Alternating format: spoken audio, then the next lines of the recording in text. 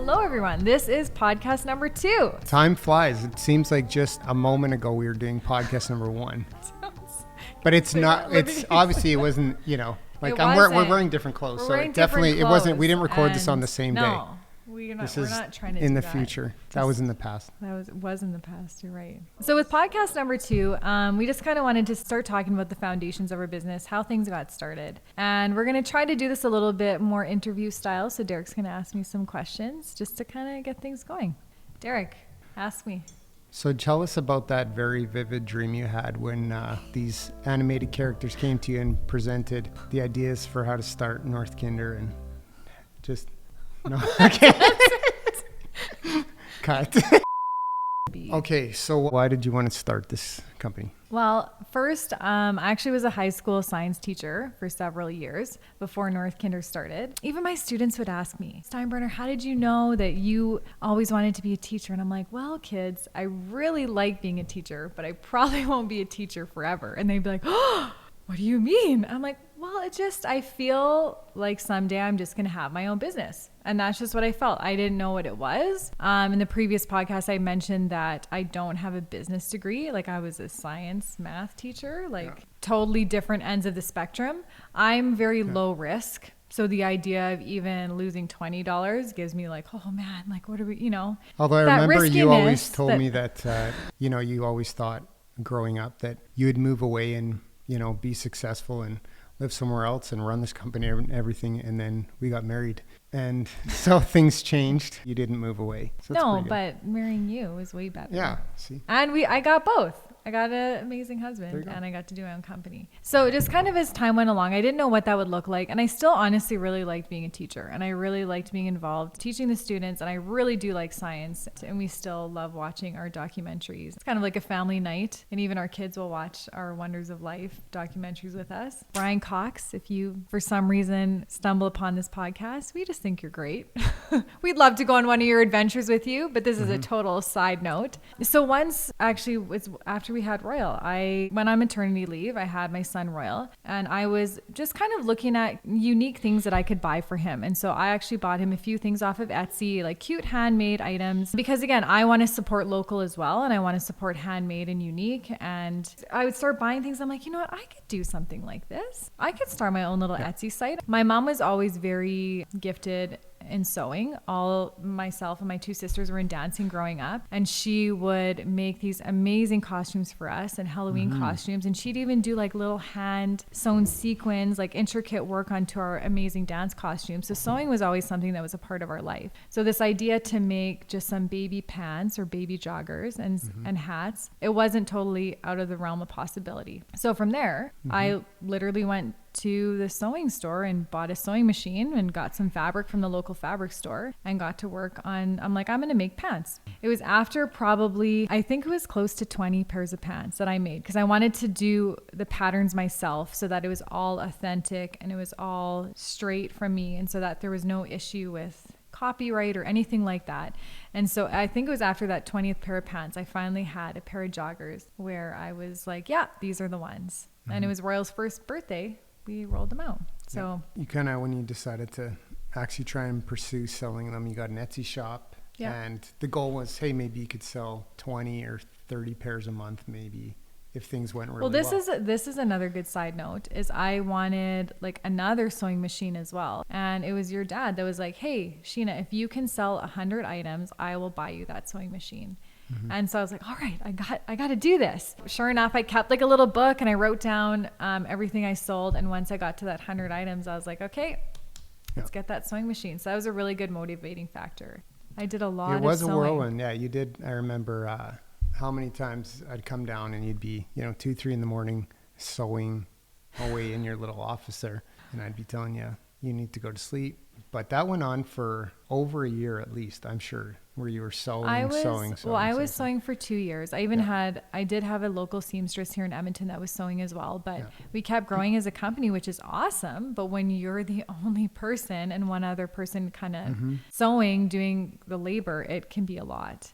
And it was when I was 6 months pregnant with Pippa that things really grew. And at that time, we actually had a few wholesale accounts. And I was sewing around the clock. There were many nights that I was sewing until 4 a.m. Right. And one in particular, Derek finally, on one of these late nights, and I was trying to get all these orders in before Christmas, and I didn't want to disappoint my customers.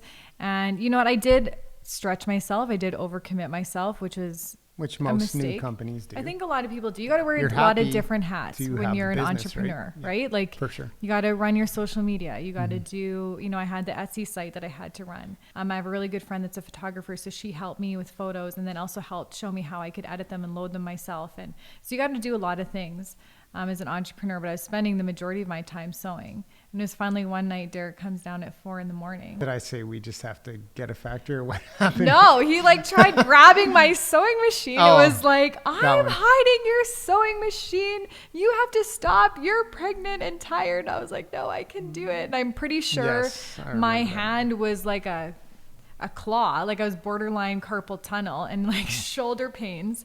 And I was like, no, I can do it. Yes. It was not good. I do have to say, what Derek said to me, this could almost bring a tear to my eye. He said to me, he's like, you know what, Sheena? And I was just like, I'm pregnant and I'm tired and I made all these commitments and I overcommitted myself, but you don't want to disappoint your customers. Like once you get those wholesale clients, you want to keep them happy and you want to be able to keep that integrity as a growing business. And I remember you saying to me, you're like, Sheena, this will all be part of our story someday. It's true. And I just held on to that, just made a mental note of that. Here we are. So from there, we decided it was either we scale back or we take the leap to manufacturing, and we decided to take the leap. And it was the best leap we've ever taken. So we packed up our baby, or not quite a baby, our 2-year-old beautiful boy, Royal. He's actually standing behind the camera. He's so cute. He's saying we're doing a good job. He's like, good job. We got lots of thumbs up. We got lots of thumbs up. So from there, we hopped on a plane and we knew we wanted to keep everything made in Canada. That was really important to us as a brand, to have that ethical fashion. And we also wanted to be in a place where we could visit the factory and be in close proximity. So unfortunately, there isn't any manufacturing here in Edmonton or even Calgary. So we went to Vancouver. We visited quite a few factories, met factory owners. We found a factory that suited the apparel that we were making, because there's all kinds of things that people are making in terms of the apparel industry. And it was a great fit. The price was good. Yeah. And from there, we were like, okay, let's do this. And I couldn't be happier. And at that time, we finally nailed down our factory, and then Pippa was born. Yeah. So it couldn't have come at a better time. That was a big milestone. It was a very happy time. Mm-hmm. Everything was awesome. We were living on cloud 9. Then as time goes on, we had a baby too. That was there were so many cool things. And then as time goes on, just like anybody's story, I'm sure all of you out there, you have these high moments, and then of course you have all these valleys in between, and different hurdles and different challenges. And so there's been definitely a lot of that. You don't always see that on camera, obviously. Yeah. And I know sometimes Instagram just portrays all the good stuff that's going on, but I mean, well, we've seen that. Like people have used the iceberg analogy. Like all that stuff underneath the water is like the stress, the bills, the payroll, the deadlines, the emails. Royal often, I ask him a lot. I'm like, well, what does mom do for a job? Like dad goes to the office and they build buildings. Well, what does mom do? Mom, you do emails. Lots of emails. There's lots of emails. You're right. Mommy does lots of emails and lots of phone calls. When you work with a team and you work with people, there's just things that are out of your control. So if you're not following up, if you're not keeping persistent, things can kind of slip through the cracks, and it's no one's fault. It's just there's a lot of details that go into it. And for us, for North Kinder, I do design everything myself. And so when I used to make my own patterns and draw them out by hand, now I work with a pattern designer and we have our ideas. But all these little things, like even down to our cute little North Kinder elastic that we use, this is actually milled at another really high fashion brand. Just at the same factory. It's every little detail that we do, there's a lot. Visitor here too. He's wearing the baby shirt. So good choice. He really wanted to be in the podcast here at North Kinder Studios. Do you want to say hi into the microphone? Hi. Okay. So we're just kind of talking about our business. And so I guess what Derek is trying to say, there has been a lot of hurdles, and we can talk about that more specifically too, but we've just felt each time around that we just had to keep doing it and we had to keep pressing on. And whatever we had to face, whether it would be, you know, raise in manufacturing prices, right? The cost of living in Canada continues to go up, and so does minimum wage in Vancouver. And so then that affects production prices. So then that affects how much we sell our garments for. So really, when you're looking at our pieces, you are supporting Canadian workers and a Canadian family. There's just all those details that go into it that can be difficult. And like I said before, it is really like learning on the job and what to do next. I like to give all the really bad jobs to Derek. So, you know, dealing with the lawyers. Lawyers, you're great. No, lawyers are great. No, they are great. We need the lawyers. So dealing with the lawyers, the accountant, you know, doing our business license, all those things that I call the fun jobs. Derek gets those. Yes, I get all the fun jobs. And I get to do the designing and the Instagram and Insta stories and all the better stuff, right? And Royal, what do you get to do? What do you do at North Kinder? Show everyone the baby clothes. You show everyone the baby clothes. Yeah, you show everyone the baby clothes. You do a great job. And he has been in several fashion shows too. Yeah. And he's done really good. Edmonton Fashion Week, and we are also recently at Toronto Kids Fashion Week, and he rocked the runway. He did so good. Yes, I'm so proud of him. So basically, after we had Pippa and we finally found a manufacturer, then we were able to scale our business, because that was a lot of it. If I couldn't sew and if I couldn't keep up with demand, I had stores reaching out to me, but I honestly couldn't fulfill their orders because I couldn't sew everything. So after we got that manufacturer, we were able to scale our business quite a bit. We were able to take on some larger wholesale clients, which was really great for business. And then it also, to have those larger wholesale clients and have more stores on board, then we were able to kind of, again, scale our business up. And on the production side, there is minimum quantities and orders when it comes to fabric and drawstrings and tags.